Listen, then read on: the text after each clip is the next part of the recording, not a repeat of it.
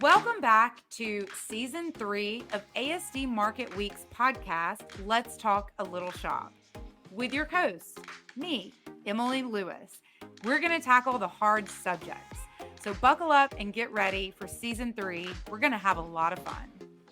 All right. Well, welcome back to another episode of ASD Market Week's podcast, Let's Talk a Little Shop. Today, I have someone on the podcast who I have not only had the pleasure of working for and with, but have had the pleasure of following his career. So let me just dive in. Lance Fensterman. And did I say that right, Lance? You totally said it right. It's okay, not an easy one. I know I butchered your name before. I know so I have. So don't worry. So Lance is the newly appointed CEO of Fanatic Events, which is a new division for the brand Fanatics, which most people will know. And he has been tasked with producing fan festivals focused on collectibles, memorabilia, and athletes. And this is all per a fancy Bloomberg article that was written about him in July of 2023. Lance has been coined as, and I love this one, the evil genius behind New York's ComicCon, because that one resonates, Lance. That one's a good one. And honestly, a true fans first fanatic. You are literally a true master of pop culture with all that you've done. So I'm going to turn it over to you, Lance. Tell us who is Lance. This is awesome, by the way. Thank you for letting me join you in your super cool work studio with your skull wallpaper. Like, you're so badass, you know?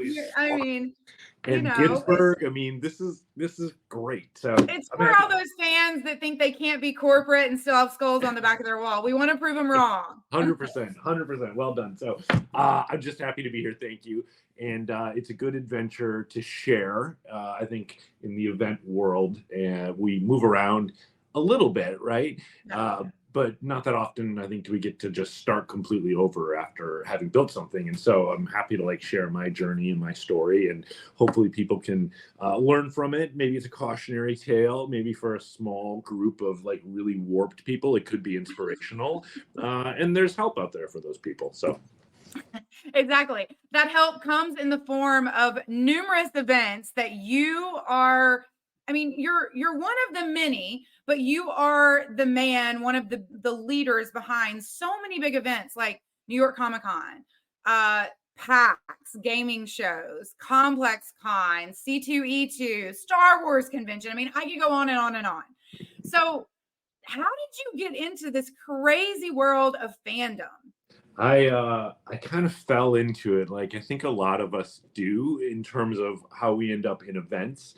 And then the idea around pop culture events came from really Greg Topalian, who I was working with at the time, who's now CEO at Clarion, and myself. Greg had an idea to take Comic-Con that was so famous in San Diego and bring it to New York, and early on asked me to help.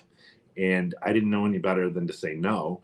And I certainly didn't know that would begin this journey of 15 years of building a giant multimedia pop culture business and a brand and multiple brands and a team. And it really was, it was funny because I think in the event space, we tend to be people that run towards trouble, right? Yeah. Like there's something wrong. We're like, I'll go help. I can pitch in, I can do something. And it's just so telling that mindset can lead you so many different places. I really just helped out. And before I knew it, I built a lifelong friendship and many friendships and a great business, all because, somebody asked for help. And I was like, sure, well, maybe I can learn something here. Let me give it a shot. So. Absolutely. We have the saying in the events industry that, things have to fall apart for us to honestly be happy. Yeah.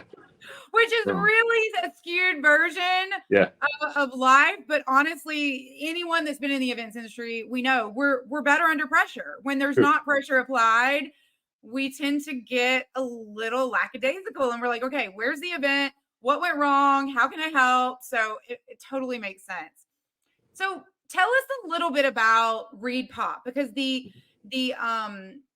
all of the events that I just mentioned we're part of this organization called Read Pop, which you were obviously instrumental in within a larger organization called Read. So tell us about how that came to be. We know that you were asked to help and, hey, we're going to do this thing in New York with New York ComicCon, but how did it launch into a global organization with multiple events underneath you?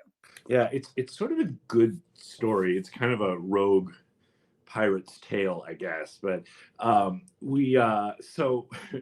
we launched New York Comic Con, and then pretty quickly launched a Japanese pop culture show, and then started talking to these guys in Seattle with a really small video game show, which was called PAX, and we acquired that. And I went and knocked on Lucasfilm's door and said, "We want to run your Star Wars shows." And so wait, I got to stop you there. You just knocked on Lucasfilm's door. That's not a normal statement. I kid you not. Like literally, it was a booth actually, and it was their booth at San Diego. And I kind of walked up and was like, I didn't know any better. I'm like, hey, I'm Lance Spencer, and I want to run your Star Wars shows. And I love that.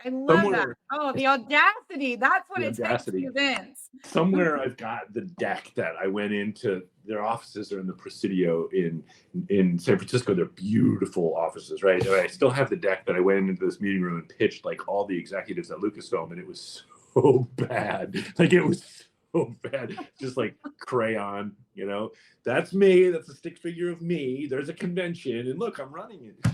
I mean, whatever you did worked. It worked. The crayons worked. So, It was interesting because really quickly, within 2 years of launching New York Comic Con, we had a bunch of events or ideas for events.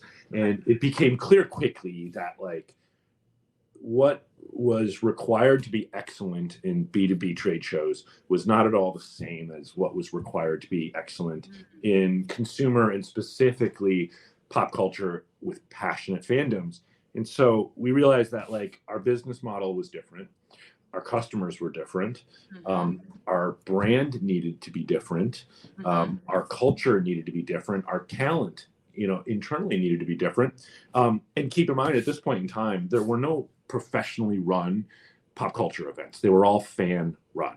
So here we are, Read Exhibitions, this multinational, for-profit, publicly traded, global footprint, giant company. It was not really a great look to then come in and start, running these big conventions next to small fan run shows. And also the brand had no meaning. Like it didn't mean anything to those fan communities. And if it meant anything, it didn't mean anything positive. Right.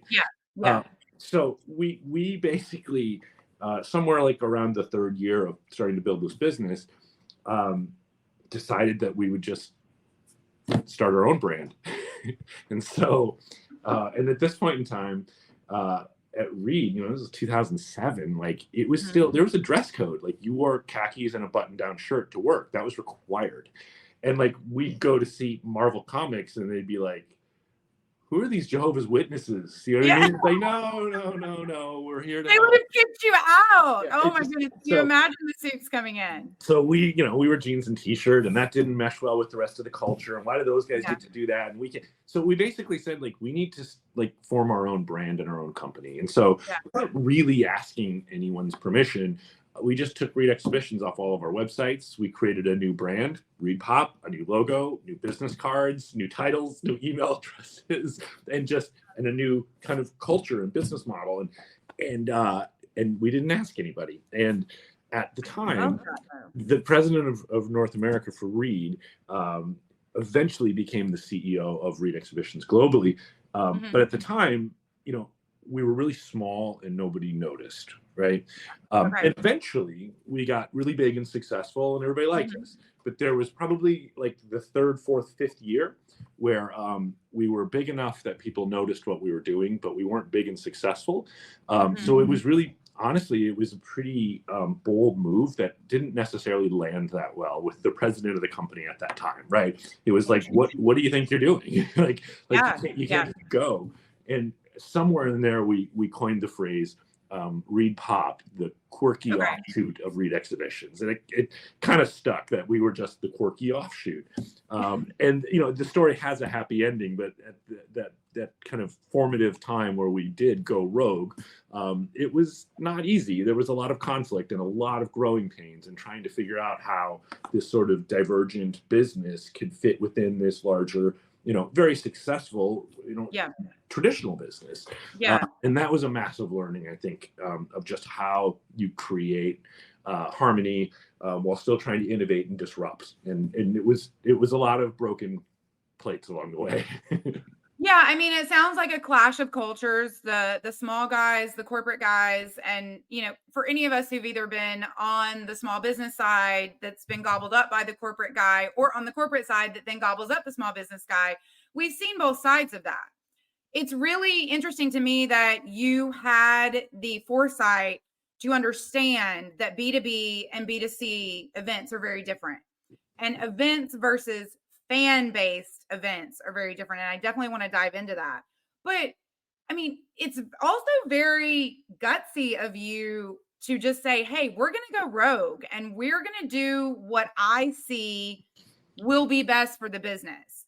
And I'm sure there's people out there that are in the same situation that are thinking, I know what my customers need. I know what they want. I know what we need to do. Yeah. But I also know that I'm in a culture that might not be the right move that they want. How do you balance the two? I mean, that's really tough. I think one thing that was really helpful was I'm a bit of a, like the kind thing is like, oh, I'm innovative, but I'm a bit disruptive in a positive and sometimes a negative sense. Like I sometimes leap and then look. And I think what was really critical was at this point in time, it was Greg Topalian and I, building this business together. And if you don't know Greg, give him a Google. He's one of the most, innovative and successful people in the trade show business. Absolutely. He's also a consummate politician in the best sense of the word. And so it worked quite well that here I am, shooting from the hip, blindfolded. And Greg had a real skill set of, speaking the language that made sort of the traditional side of the business comfortable. He was very good at managing the tension that inevitably was created between divergent, innovative, business models, the skunk works, if you will, and the traditional side. Yeah. Someone has to manage that tension because it's just inevitable that it will happen. Yeah. And then even worse when you have a bull in the china shop like I can be at times. Yeah. And so my kind of advice on that is like, make sure you're prepared to manage tension if you're really wishing to push boundaries, and have someone whose skill set can manage that, because we would not have succeeded under no circumstances as quickly or at scale without what Read Exhibitions was, right? Yeah. They were vital to this story. They were a massive part of the story. So it's not like, ooh, we kept them at bay while we did great work. Yeah. It was about finding the best of both of these sort of business models and cultures and bringing them together in a harmonious way. So that's really good to hear, because I know that people look at you, and people that have worked with you respect you. I'm one of those people. You are amazing with your teams. You are disruptive in the best sense of the word. But I'm really glad that you're also coming to the conversation saying, you know what, you do need the big corporation, and there is a reason for the corporation. Mm-hmm. And you do have to balance, if you're going to be disruptive, get ready for some backlash, or have a partner in your corner that can speak that language. Yes. Because there's pros and cons to both. You can't just be disruptive without being able to speak that language. So, and we hear that on podcasts all the time, or interviews where everybody's like, oh, just go be disruptive and do your thing and do what you want to do. And that's not really great advice. No, it's not. You have to be calculated. Taking risk are very different than taking calculated risk. Totally. And also, like, you have to, if you're going to completely reject something, then why are you working within that structure to begin with, right? Then probably the right thing would have been to go out and raise capital and launch a business, right? Otherwise you have to figure out a way to unlock the best. And I think what we thought a lot about as we developed kind of the plan and managed the tension is, when do we want to be Read Pop? And when do we want to be read exhibitions? And if you think about it in those terms and think about your audience and what your goal is in a given, moment, it becomes quite easy, to say, like, when I'm talking to the Javits Center, like, I want to be read exhibitions. I want our buying power. 100%. Right? I don't want to be, me walking in the door saying, like, I'm good for it. Don't worry, I'll pay you later. Like, but then when it comes to sitting in front of a group of fans, I don't want to be read exhibitions at that point. I want to be the offshoot, the funky culture, the different sort of vibe. So it becomes an easy litmus test. Yeah, and to your point, you can't use the big corporate backing and name to your advantage when you want to without respecting that. Correct. Well said. Yep. Absolutely. Okay, so I want to switch paths a little bit because you said something earlier that I think is so interesting. This idea of fandom, this idea of fan-based experiences and events. What does that mean for those people who've never been to a ComicCon or a PAX or any type of, never done a sneaker drop? What does that mean? It's such a kind of broad term, but really what it's about is incredibly passionate communities of people. And it's, there's characteristics, right? I mean, like, they tend to gather in certain places, digitally or physically. They get, their news from non-traditional sources, which the world is now largely non-traditional sources, but back then it wasn't. A large amount of their disposable income is spent pursuing this passion, right? Whatever it is. Their social set is largely comprised of people in this space, right? This is not an audience that will, if I have time, let's see what the weather's like. This is an audience that, they change their life to attend, to view, to purchase, to wait in line. So it's about finding these kind of passionate fan sets. And that's much more than a consumer. It's not the auto show, right? The auto show is like, it's $5, $10 to get in. If it's not raining, I'll take my kid. That's not what we're talking about here. This is about identity. Part of my identity is, right, I'm a blank. I love blank. And so we've uncovered some of those communities, whether it's in, comics, video games, tabletop gaming, but Japanese pop culture, sports, card collecting. Like, you can kind of keep going. And what is it that they want? What gets them excited? And there's a few elements that need to be present, right? And the first is a passionate fan group, right? The other is some kind of unique and special access or experience, something they can't get anywhere else. And then there's got to be an industry associated with this. And the reason that matters is that's what allows scalability, So if you don't have, like, for a period of time, actually, we entered the Japanese pop culture space, the anime space in, 2007. And it was in a period of intense transition. It was going from DVDs, right? Subbing and dubbing, subtitling and overdubbing, Japanese content, and then putting it on a DVD and selling it in America. Well, that was dying, right? So for about 5 years, the Japanese pop culture, the anime industry in America basically cratered. And so we walked away from that space because there wasn't an industry to support it. We had tons of passionate fans. We had really cool content and exclusive access to things, but there was no way to scale it because there was no industry. The industry had basically dried up.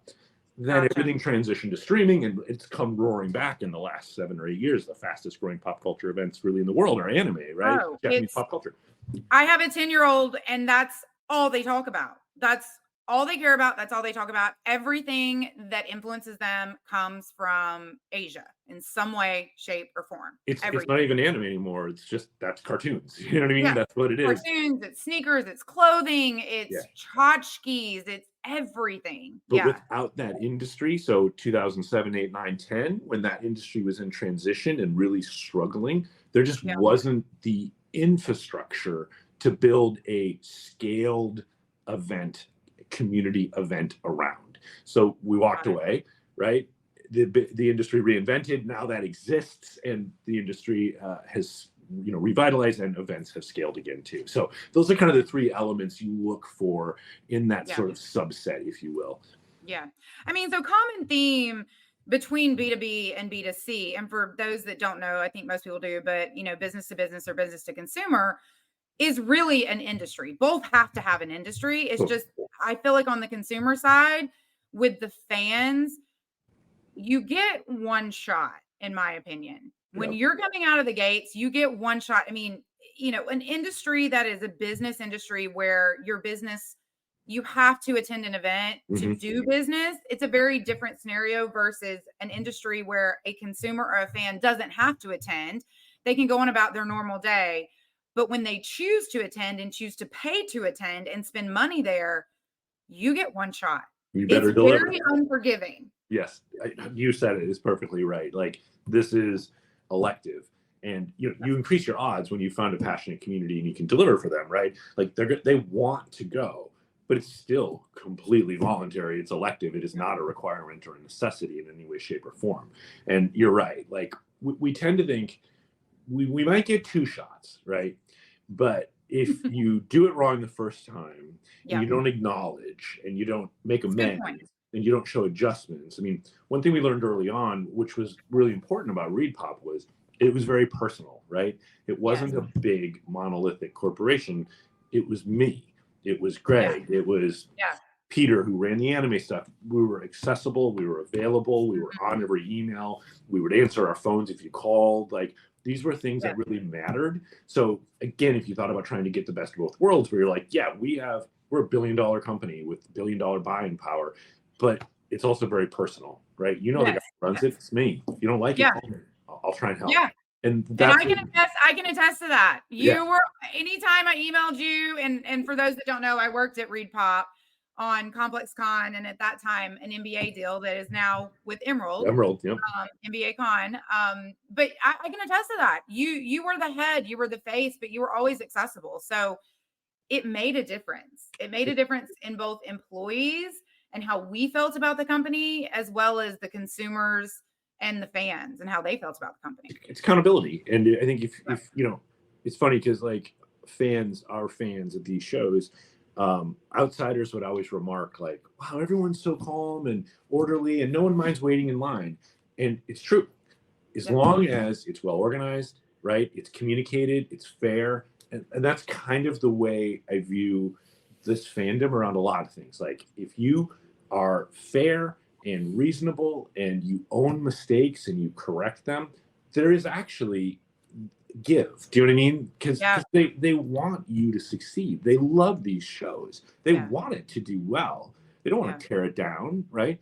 So even if you mess up, if you own it and make amends and make improvements, there is a bit of grace there. They're going to tell you how much you suck, but there's a bit of grace there. I mean, I feel like that's a life lesson. That's not just a business lesson. That I feel like could be reiterated in many people's therapy sessions. I was going to say, that sounds a little bit like my marriage. You know what I mean? Like, I know I'm a screw up, and so does Sarah, but if I make amends and, I get better, she'll forgive me probably. Exactly. Well, talk about fandom, sports, and the fans. And you've now transitioned into Fanatics, this company that most people know. If you don't know, you own something in your house. Most likely. That is Fanatics, whether it's a jersey or a trading card. There's so many things that Fanatics has done in the sports industry, but this is a first. And you have been tasked with coming into this fan-based organization and creating events for these fans. I mean, are you terrified? Are you excited? Like, what is the feeling around this? I think great job. I was immediately attracted to the opportunity when it came up. And by the way, it started as casual conversations, right? Around like, hey, some of the leadership at Fanatics said, we want to do this. What do you think? Is it a good idea? Is it a bad idea? How would you approach it? And so just, again, like somebody asking for help, and I answered the phone and, was willing to provide whatever, perspective I could. And then, it started to grow from there. And what intrigued me about it was Fanatics itself is a really dynamic, fascinating organization. And I happened to just, through a friend of a friend, I knew a board member of Fanatics. And so I called him up and I was like, tell me about this place. Like, what's the story? And he said, like, it's Apple. It's Apple 20 years ago. Like, this place is going to explode. They've really figured some things out. They've got deep relationships. They have unique perspective on the marketplace. Like, it's that kind of a ride. And I was immediately intrigued by it, right? How cool is it to work at a place where there's all these toys that somebody already built that you get to play with? Really exciting.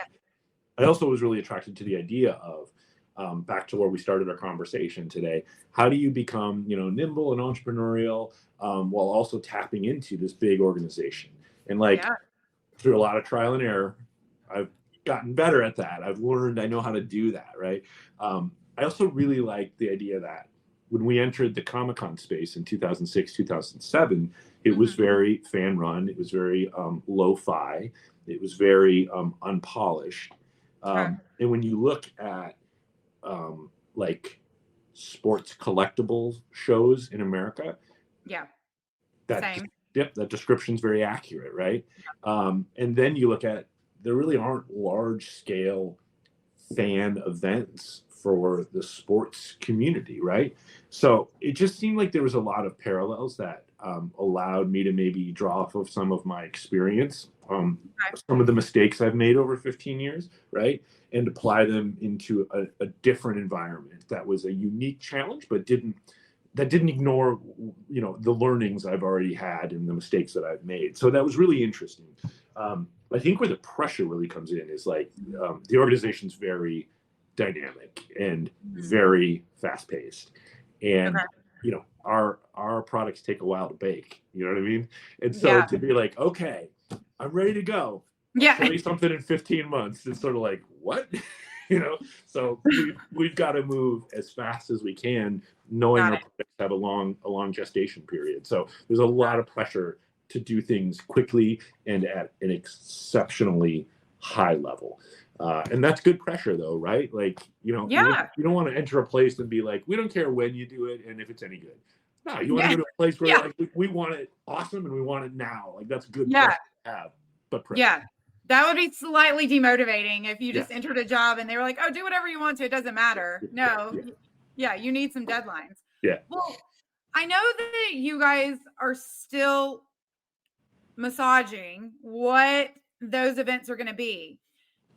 I mean, can we expect, I know we're going to expect some fan events, but can we expect, and this just comes from my Southern upbringing, tailgating was everything. I'm hoping that Fanatics can do some amazing tailgating parties, because let me tell you, the fans need to up their game. Where I live right now, I'm from the South, and I went to a school that was written up every year for tailgating. And we did, Oriental rugs and chandeliers and bands. And my dad had a whole team of college kids that would start setting up his area at 4 a.m.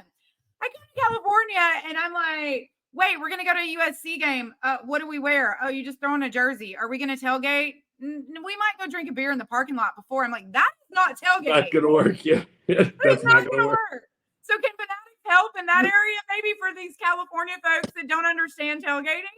Let me add it to my list here of to your list, as you go into your board meetings, I think we are excited to build around a passionate community, and Fanatics now owns Tops and also Authentics, which is our memorabilia business, and so there are some great shows that are serving that sort of collector hobby community, and part of our mission is, how do we take that community and deliver to them a bigger, richer experience. And so we really want to build around that community of collectors and hobbyists. But as we did with New York Comic Con, we built around comic collectors and comic artists, and then out in concentric circles into all kind of strands of popular culture.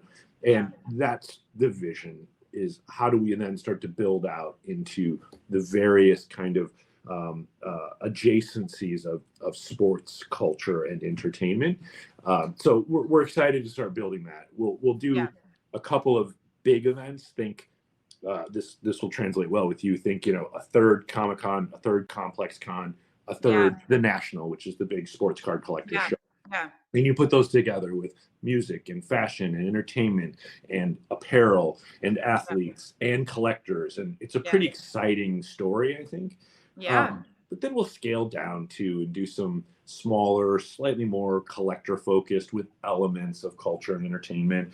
And then a couple of just like really cool, small, high-end boutique collector shows. And so we see kind of 3 or 4 product types, if you will, event types. That will roll out in 2024 in key markets. So we'll probably have probably 8 or 9 events that will launch next year. Wow, in that range, right? A couple of really small kind of tests. A couple of partners will do work with a couple of leagues and do some things for them, and then scaling all the way up to that big kind of complex ComicCon national type show. And that'll give us a chance, I think, to build capabilities, because it's a wonderful organization, but they don't have the capabilities. They don't, to build these sorts of events. So we'll build our capabilities, build out our team, really be able to test our different sort of concepts and products live in the marketplace, and then really start to scale in 25 and beyond with global events. So. Okay. Well, and it's no easy task, because demographics for sports lovers are so from A to Z. How do you plan a good event around a demographic that is so vast? Because I feel like in some of the other demographics, whether it's comics or gaming, those demographics tend to be a little bit more narrow. Sports is everyone and everything, and household income medians are different, and demographics of what you're doing on the weekend are different. It's so vast. Yeah, you quickly got to sort of the challenge, which is we used to always say, if you build a concept for everyone, it's for no one, right? You have to be really careful about that. And it's not like the idea of building a big sports event has never been had before. It's not that novel of an idea. There's a reason it hasn't been done. And I think you're honing in on it. And I would just add that sports is really local. You know what I mean? Part of our answer to that is to build around collectibles, right? To start with that idea of, how do you get people interested in collecting cards or collecting memorabilia if you didn't know you were? And I think there's some on-ramps there. There's some passionate built-in communities that are much less regional or local and more like, no, I collect cards. So if we can build around that group, it allows us a place in which to start.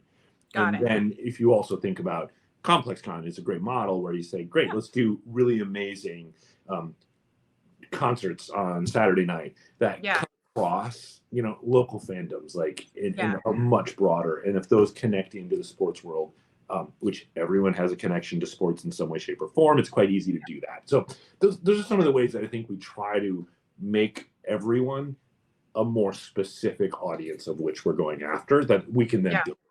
So. It's a good marketer's dream and a bad marketer's nightmare. Oh, yeah, totally. I agree.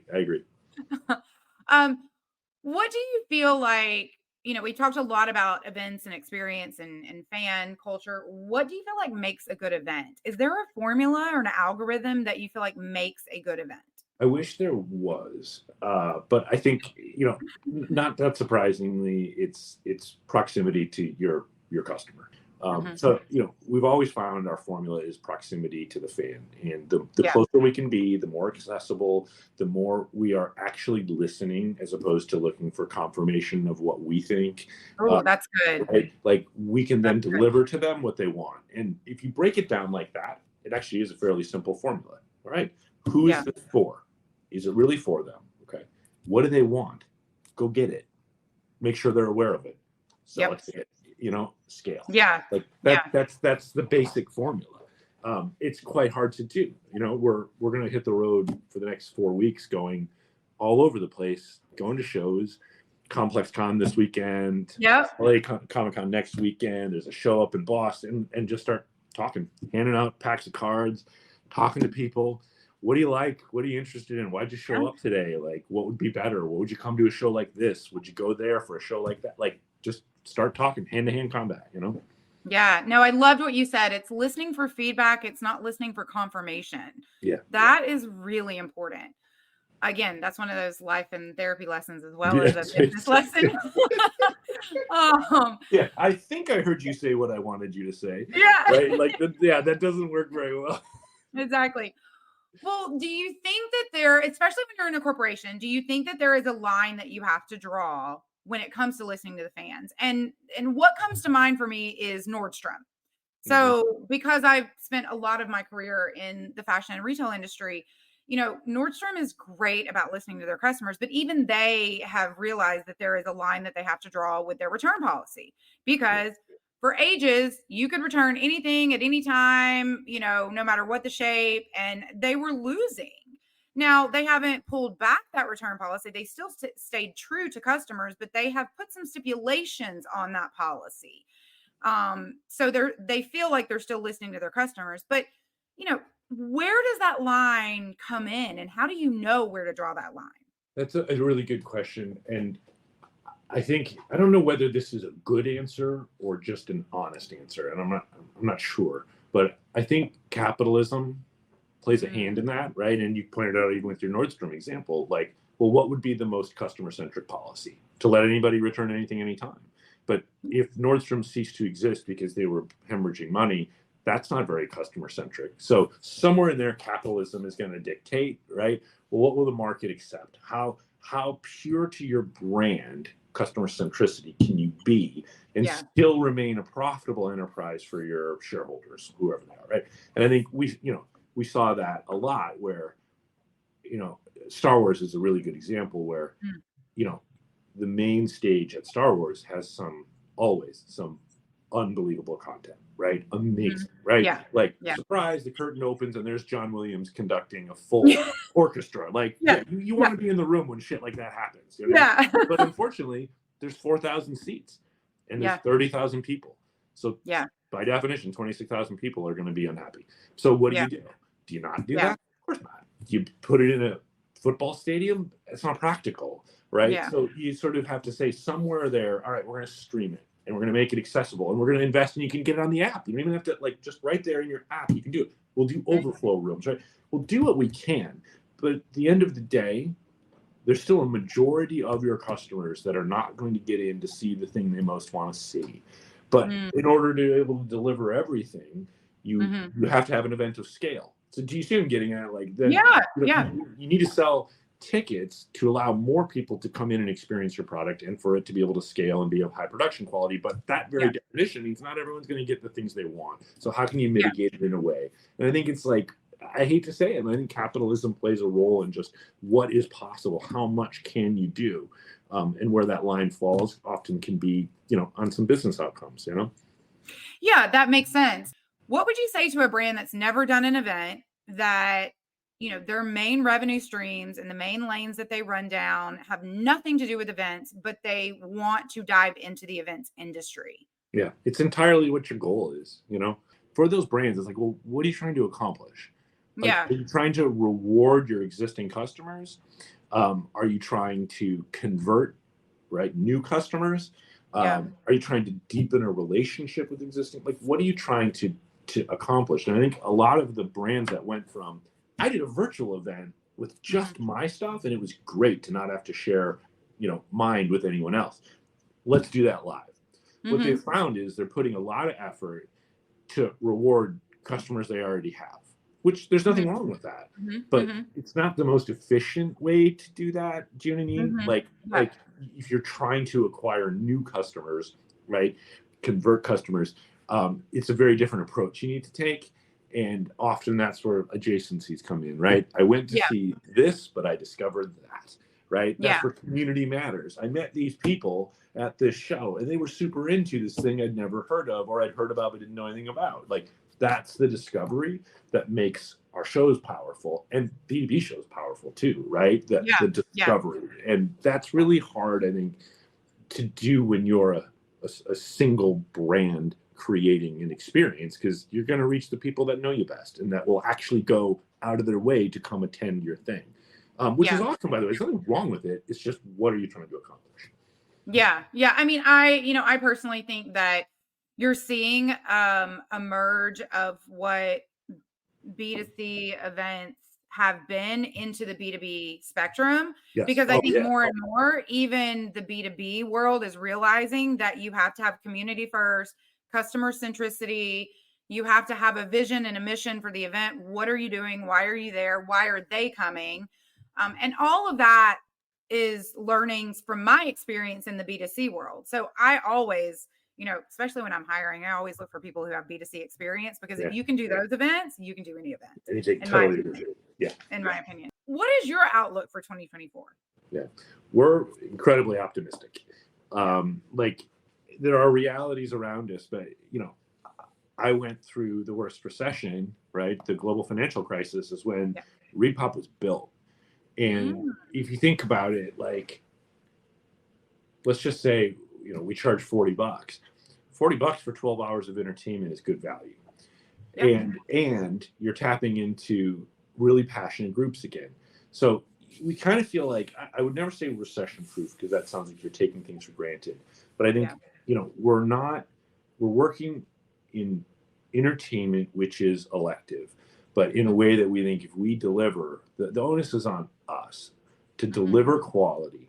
And if we deliver the quality that people really want, I think they will reward us. And that's been my experience thus far. Now, the risk is really an unproven concept in an unproven space that hasn't really ever been done before.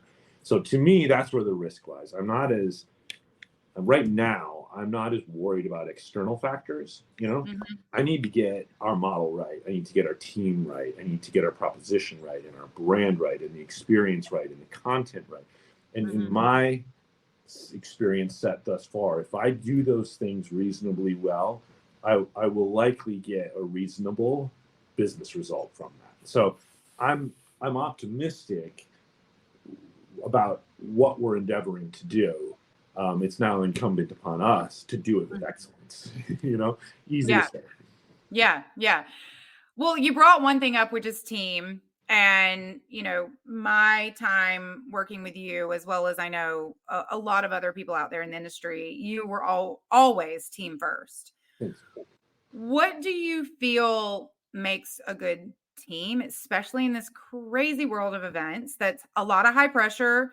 There's, you could be the nicest person in the events world and high pressure hits, and two people, are disagreeing in the middle of a decision that has to be made in the span of a minute. That's just the events world. So it's specifically for events, what kind of team are you building? What characteristics are you looking for? What this time next year is going to make you say, I have a great team? It's been a really fun challenge, because we built a lot at ReedPop just based on need. Like, when we started scaling really fast, it was like, oh shit, we got to start hiring, and you just start grabbing people. And we took a lot of people from Reed exhibitions, because it was like, well, they know their way around the building. They know how to get something done. And it has nothing to do with Reed exhibitions, by the way, but that turned out to be a mistake, right? Because just because they knew the building and they were available and they wanted to work with us, didn't mean they were right. And we then spent a lot of time unraveling that. And I did a lot of work around what types of people, not so much. I flipped it a little bit, where it was less about what types of people do I want. And it was more like, what types of people are most likely to be happy working in this environment that we have, right? Okay. Like, the truth is, and I'll say it quietly to not offend, like, nothing we do is that complex. Do you know what I mean? Like, it's all learnable. I'm not saying it's easy, but it's learnable. Do you know what I mean? Yeah. So if you agree with that premise, then almost anybody could be a possible candidate. But if I want a culture that is, high performing, customer focused, not serious about winning. Yes. And competitive about being our best, but not competitive with each other, not cutthroat. Like, don't take yourself seriously. Have a laugh now and again, right? Always asking why, always striving for better. Like, a few things. If I want those things, what sort of person has a higher likelihood to jump into that and enjoy the environment? Thus, thrive. Thus, do their best work, right? because Yeah. anybody can learn it. But if you don't like that environment, then you're not going to be very happy, and you're not going to do great work, and I'm not going to be very happy working with you, and you're not going to do your best for our customers. So we really Yeah. try to think about the types of people that would really love that. We also, historically, I like ambiguity in the workplace. I like the ability for people to sort of do what they want, right? Mm-hmm. And everyone claims to like that, but there are a lot of people that don't actually like that. Do you know what I mean? Like, That's true. Yeah. A lot if, of people need structure and very yes. rigid structure. And so Before. if someone starts a job and they say, well, what do I do to succeed here? And the answer is, I don't know. What do you think? Yeah. Like, some people are like, cool, and other people are like, no, I need an answer. I need you to tell me what winning looks like. And Yeah. so, like, you've got to find the type of people that are going to enjoy those different, factors or elements, and then are going to succeed. So that's what's a little bit tricky. But. Yeah. No, it speaks to, I think, why as a society we're seeing a pushback on remote work as well. Because I think that there are some people that innately, and I'm one of those, let me work remote all day long. I will set the stage. I will have my goals. We'll get it done. But there's some people that doesn't work for. And they genuinely are amazing performers, but they need the structure of an office, a boss right next to them. They check in with, they have, that roadmap that's laid out for them. So it really is a very different personality. Totally. So, and we're setting down that path now of, like, we got to hire a lot of people pretty quickly, and we have to be careful, because the last time I did that, I didn't do a very good job of it. Like, you know what I mean? I went for what was available or convenient. Confirmation bias a little bit. Like, I think I like this person. I've given them all the answers. I just asked them questions too. They're good enough, right? And I think we've got to be really careful about that. And that's a big learning from my last go round. So yeah, it's we just had a podcast on ASD that was all about recruiting, and it's hard. It's hard to hire. It really is. It's one of the hardest things, I think, as a leader, is to hire well. Yeah, me too. And retain. Hiring and retaining. What do you hope, this time next year, if we were to, pick up the phone and chat, which I hope we will chat way before this time next year, but this time next year, when we do chat, what do you hope to accomplish with Fanatics events? I want to prove it. I just want to prove it. I just want to go be excellent. I want to prove that our hypotheses are correct. Our proximity to our customers was enough, that we delivered a really powerful brand with a lot of fascinating and amazing resources, and delivered in a way that wowed fandoms and created communities. So I just want to prove it. Like, that's the biggest thing. If I can look back, and that doesn't mean, like, necessarily like wild success across the board. There's a reason we're going to try to get each of our event types into the market, because I suspect some of them aren't going to work very well, and either it's the concept or the execution, right, or the brand, or one of the other variables. So I want to prove it. I want to prove the negative. I want to prove the positive, and I want to walk out of next year saying, like, I've got a pretty good team. I've got products, event types that I know work. I kind of have some insights into markets now. I got a few things that definitely were mistakes that aren't going to work. Great. Like, let's go. Now let's iterate and scale with excellence in 2020. Yeah. If you could go back and tell your 18-year-old self one thing, what would it be? I know, that question. I thought it was going to be, what are you wearing? And I was prepared. It's flannel. It's a plaid. Yeah. What's on underneath? Do you have the sweatpants or the shorts on? Past the Zoom. I'm the least fashionable person. I would tell my 18-year-old self to go to school. I never went to school at all, and so I think I carry that chip on my shoulder in a positive and a negative way. And so I always think, like, I'll often, like, look at spreadsheets, and I know how to handle them, but I think, like, God, if I had just, like, taken the time to educate myself a bit better, I would be more dangerous, and I'd be able to speak more fluently the language of business. So I would go to school.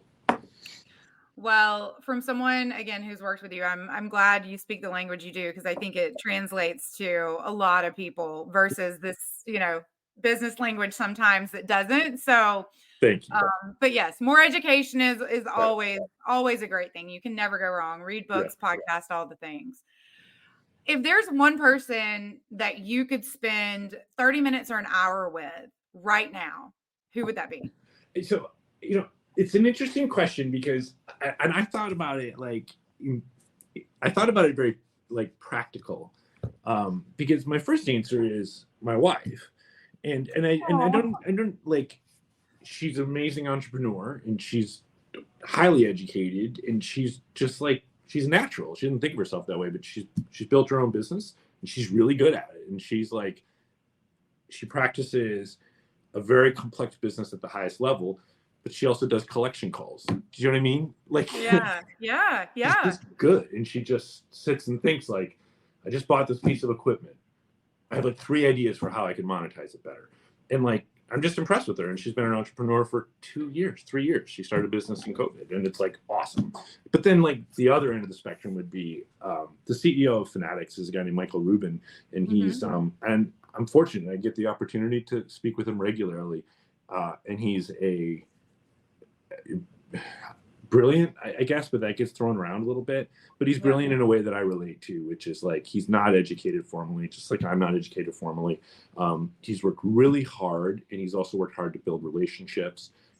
He's just an exceptionally smart guy, and I see his drive, and it's really inspiring. And so to have access to a person like that is cool. So I guess the 2 people that I really am like, I'd love to, I get to talk to them. So maybe that means I'm self-actualized or something. I don't know. I love that. Well, what's in the short time that you have been at Fanatics, what have you learned from Michael Rubin? That hard work in relationships. And I think like, he just doesn't rest. And I feel like at times I've rested on the limited success I've had. Here's a guy that has had some wild successes, and he doesn't rest. And he reminds me a lot of our mutual friend in Aaron Levant, who right, just get up and grind, and like just do it, because you can rest at a certain level, or you can try to challenge yourself to unlock another level. And I think that's like become like a cottage industry. Do you know what I mean? To, Gary Vee kind of like, just grind, just got to do it. And it becomes like a cliche. The fact is, you got to wake up and stay hungry. You know what I mean? And it's not about a podcast mantra. It's about challenging yourself to be your best. And that actually gets harder with success in some ways. You know what I mean? Because you can get a little comfortable and start to think like, I know what I'm doing. It's like, but you don't. And one of the main reasons I'm here and I'm doing this is because it was time to feel out of my depth again. Do you know what I mean? It was time to like feel like the number of days I come home and I'm like, I don't know what I'm doing. I don't know if I'm doing the right thing. I don't know if I'm capable of doing this stuff. Like, that's an awful feeling, but it's an important one, I think, for personal growth. And that's why the mantra of like, oh, just rise and grind, it's a stupid thing to say, because it's a really, really hard thing to make yourself. Yeah. It's easier to not, you know what I mean? So I really, really respect that about him. I love that. I mean, I love what you said, though. Being uncomfortable is absolutely the only way that you're going to grow. And it's really uncomfortable to put yourself into that situation of being uncomfortable. So totally. I think of it this way. Origin stories are great to talk about later. You know what I mean? Writing them is unpleasant and hard and doubt-inducing and frustrating, right? It just is. Then in 2 years you can look back and be like, I remember those crazy days when we sat around, not knowing what we were doing, so everything's better in hindsight. It's a lot more clear, but when you're in it, it's tough.